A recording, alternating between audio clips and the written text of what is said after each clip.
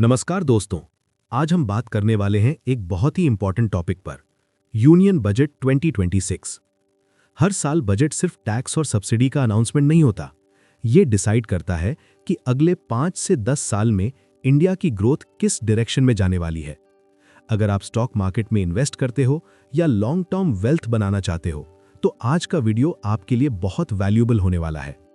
आज हम देखेंगे बजट 2026 में कौन से सेक्टर्स को मैक्सिमम पुश मिल सकता है, गवर्नमेंट का फोकस किस डायरेक्शन में जा रहा है और कौन से 7 सेक्टर्स अगले मार्केट लीडर्स बन सकते हैं।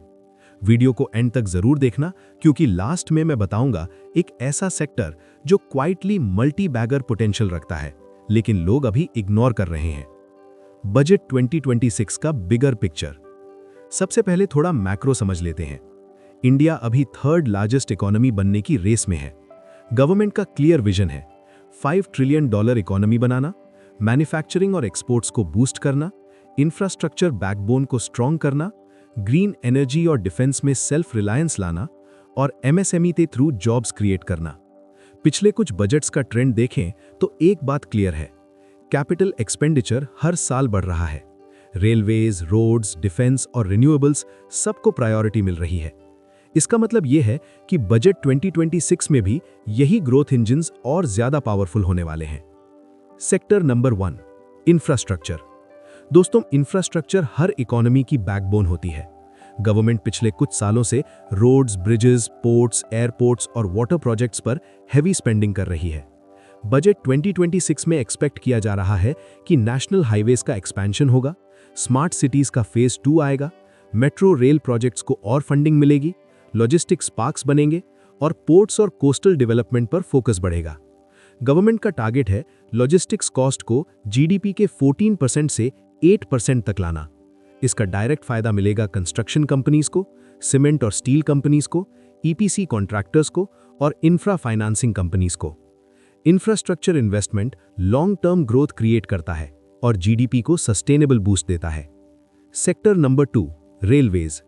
रेलवेज पिछले कुछ सालों में क्वाइटली सुपरस्टार बन चुका है। गवर्नमेंट ने रेलवे कैपेक्स रिकॉर्ड लेवल तक बढ़ा दिया है।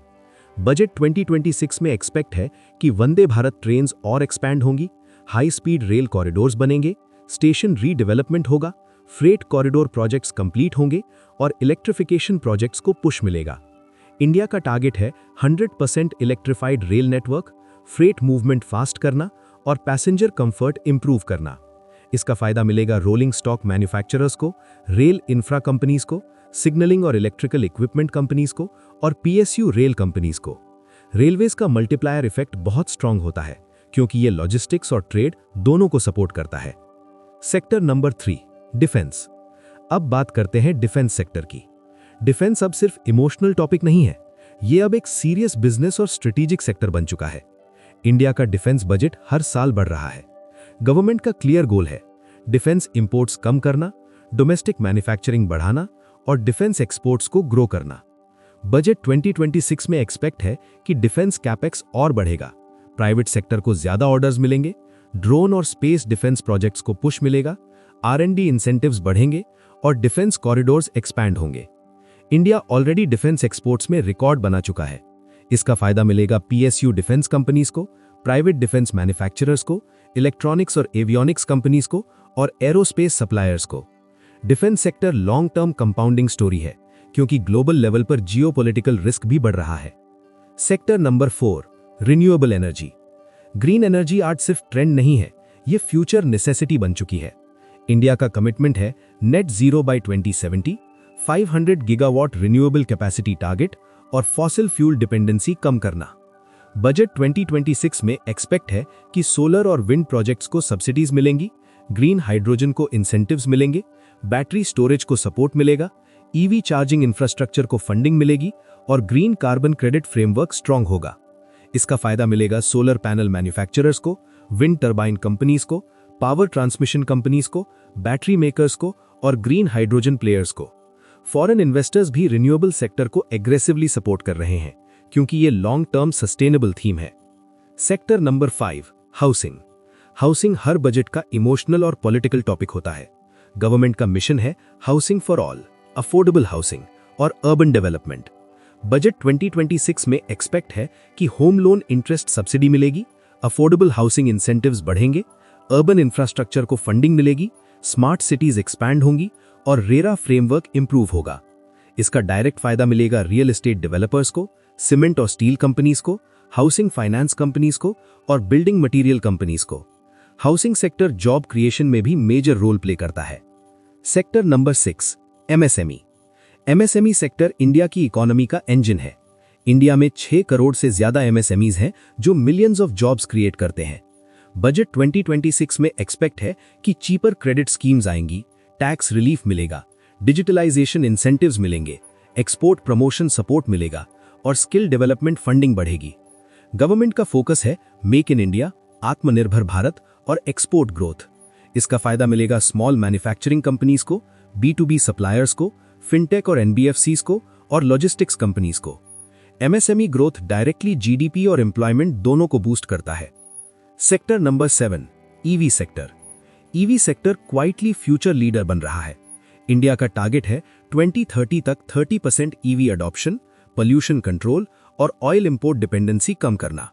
बजट 2026 में एक्सपेक्ट है कि ईवी सब्सिडीज एक्सटेंड होंगी, चार्जिंग इंफ्रास्ट्रक्चर को फंडिंग मिलेगी, बैटरी मैन्युफैक्चरिंग को इंसेंटिव्स मिलेंगे, ग्रीन मोबिलिटी को टैक्स बेनिफिट्स मिलेंगे और पब्लिक ट्रांसपोर्ट इलेक्ट्रिफिकेशन को पुश मिलेगा। इसका फायदा मिलेगा ईवी मैन्युफैक्चरर्स को, बैटरी मेकर्स को, चार्जिंग इंफ्रा कंपनीज को, पावर यूटिलिटीज को और ऑटो कंपोनेंट कंपनीज को। ईवी सेक्टर में ग्रोथ एक्सपोनेंशियल हो सकती है क्योंकि टेक्नोलॉजी और गवर्नमेंट पॉलिसी दोनों सपोर्ट में है। Quick sector summary.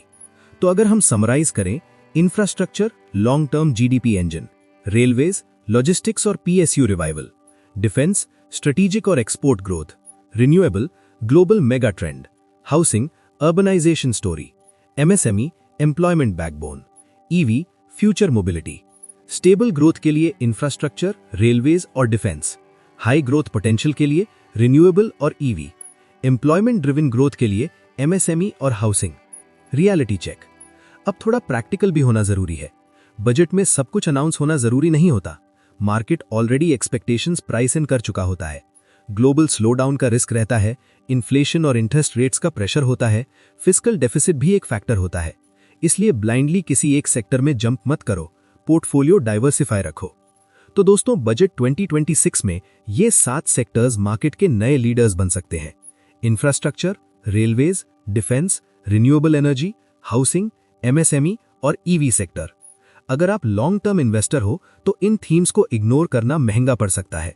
लेकिन याद रखो, सेक्टर अच्छा होने का मतलब हर स्टॉक अच्छा हो ये जरूरी नहीं। स्टॉक सिलेक्शन, वैल्यूएशन और रिस्क मैनेजमेंट बहुत इंपॉर्टेंट है।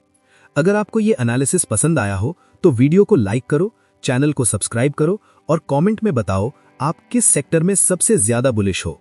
मिलते हैं नेक्स्ट वीडियो में। धन्यवाद।